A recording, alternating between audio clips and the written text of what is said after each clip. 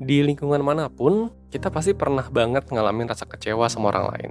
Kalau di kantor atau lagi kerja kelompok misalnya, ada kerjaan salah satu tim yang nggak selesai atau berantakan, ya pasti rasanya kecewa dan jengkel aja gitu kan.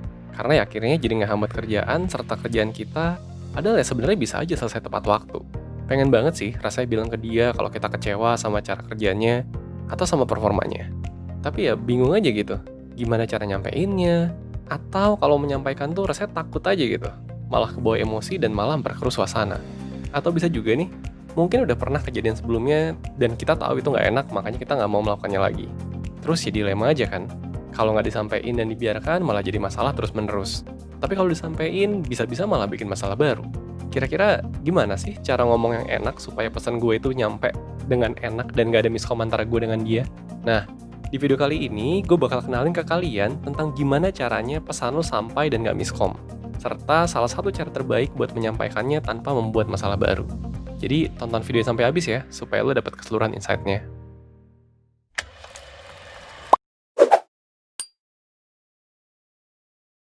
Kalau lo penonton lama 1%, pasti bakal familiar sama yang namanya komunikasi asertif dan mengapa mengembangkannya adalah salah satu hal yang paling penting.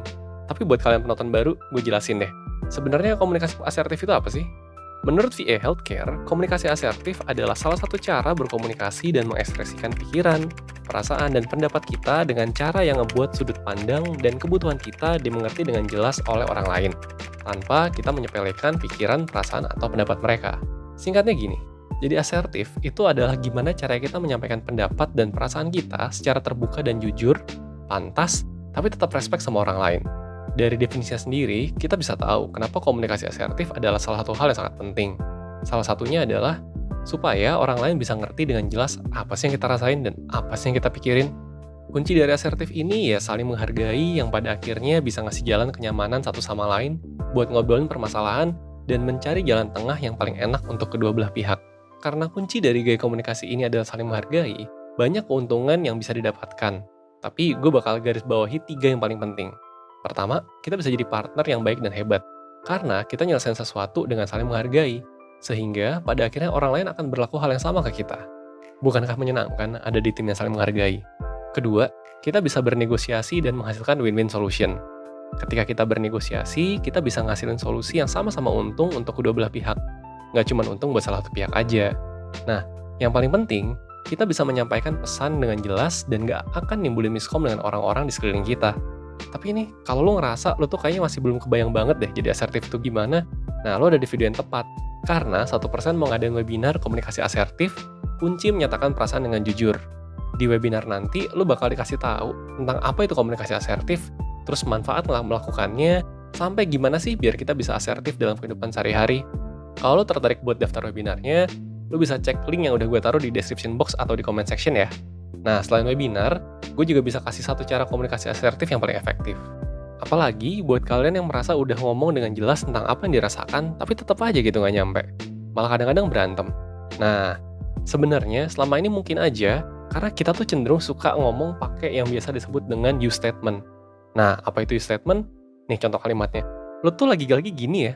Atau, lo tuh kenapa sih? Kenapa jadi kayak gini performa lo? Kelihatan nggak? Intinya, you statement adalah sebuah kalimat yang kita ucapkan ke orang dan dimulai dengan kata-kata kamu, atau lo, atau anda, atau siapapun deh. Lo memulai dengan menyebut dia duluan. Kalimat yang dimulai dengan kata kamu itu punya kecenderungan untuk digeneralisir secara nggak akurat sama lawan bicara kita. Dan sering banget pada akhirnya malah membuat lawan bicara kita ngerasa disalahin dan dituduh. Padahal belum tentu asumsi mereka itu benar. Dan jangan-jangan maksud kita waktu ngomong itu bukan nuduh atau nyerang mereka. Nah makanya, di sini kita bakal bahas cara penyampaian lainnya yaitu dengan I statement. Nah, kita balik nih. Tadi kan you statement. Ini I statement. Kalau you statement itu dimulai dengan kata-kata lo, kalau misalkan I statement dimulai dengan kata-kata aku. Jadi, kita tuh bisa menyampaikan sesuatu dengan mengawali kalimat dengan kata aku. Misal lo bisa bilang, gue tuh ngerasa gini deh. Atau, kalau dari pandangan gue. Nah, contoh kalimat lengkapnya, mungkin kita biasanya mulai nyampein apa yang kita rasain dengan cara gini. Kamu tuh akhir-akhir ini kerja berantakan banget deh. Kenapa sih? Nah, dari kalimat ini cenderung bisa bikin orang rasa diserang. Yuk perlahan kita coba dengan kalimat jadi kayak gini nih.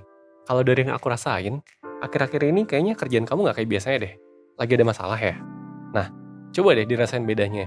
di mana ketika kalimat dimulai dengan kata kamu dan dimulai dengan kata aku. Hal ini juga yang buat I statement itu dirasa lebih bagus.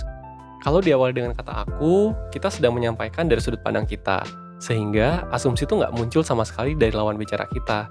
Karena mereka langsung paham kalau yang kita ungkapkan itu adalah sudut pandang kita. Selain itu, rasanya lebih nyenengin aja gitu, dan kayak empati aja kan dengan lawan bicara. Nah, ketika menggunakan I statement ini, kita juga perlu memperhatikan beberapa hal. Misalnya, 1. Deskripsikan apa yang terjadi dengan jelas dari perspektif lo. Hindari untuk buat asumsi tentang apa yang lagi dialamin sama lawan bicara, dan fokus aja gitu sama pendapat lo. 2. Kasih tahu dampaknya apa dan gimana sih kejadian itu ngefek ke lo, baik dari segi perasaan atau mungkin pekerjaan yang jadinya nambah karena apa yang terjadi. 3. Ngomong secara spesifik apa yang lo butuhkan dan apa yang lo inginkan dari orang yang lo ajak ngobrol. Setelah lo tahu apa masalahnya, kemudian dampaknya, nah lo kasih tahu juga lo tuh expect apa sih dari diskusi ini, lo pingin dia ngapain sih, supaya selesai aja gitu masalahnya dan bisa nemuin jalan keluar yang sama-sama nyenengin buat kedua belah pihak. Jadi asertif ataupun menggunakan statement secara langsung itu emang nggak mudah. Butuh banyak latihan dan juga pengetahuan. Ya istilahnya nggak langsung semalam jadi juga. Tapi intinya gini, karena lo udah tahu dan udah lebih paham, lo bisa mulai buat langsung praktek nih. Pengetahuan lebih lanjut mengenai komunikasi asertif bisa lo dapetin di webinar Komunikasi Asertif, Kunci Menyatakan Perasaan dengan Jujur yang tadi gue jelasin.